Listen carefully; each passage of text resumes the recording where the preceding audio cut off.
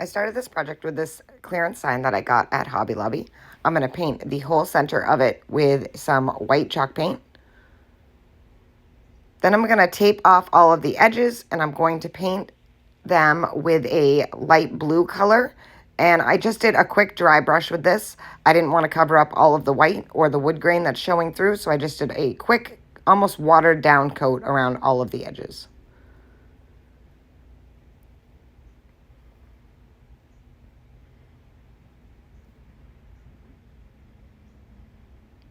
Once I had that all painted and it was all dry, I'm going to peel up all of the tape.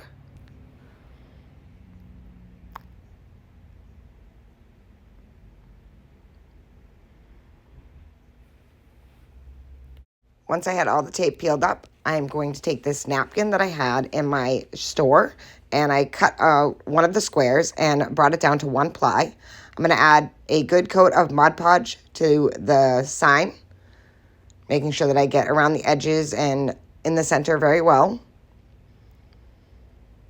Then I'm going to lay the napkin in, make sure that I get it even, press it all down.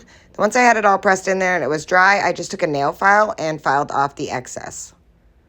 And nail files are great for getting in little tight spaces like this and getting a nice clean napkin afterwards. Perfect. Next, I took this anchor that I got at Dollar Tree, and I'm going to pull the little tassel off of it, and I'm going to hot glue that right to the center.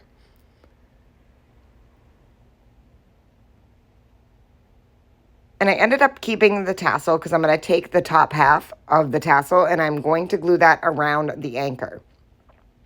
So I took and cut off the tassel part of it, and I kept the hanger.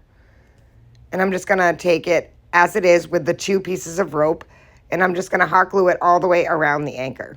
So I started at the top, and I hot glued it on either side of the top of the anchor. And then I hot glued it onto the side of the anchor, and then I'm going to run it right across the front of the anchor.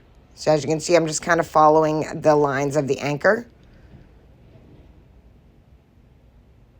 Add a little glue there, and then I'm going to bring it up over the top, and I'm going to add some glue onto those.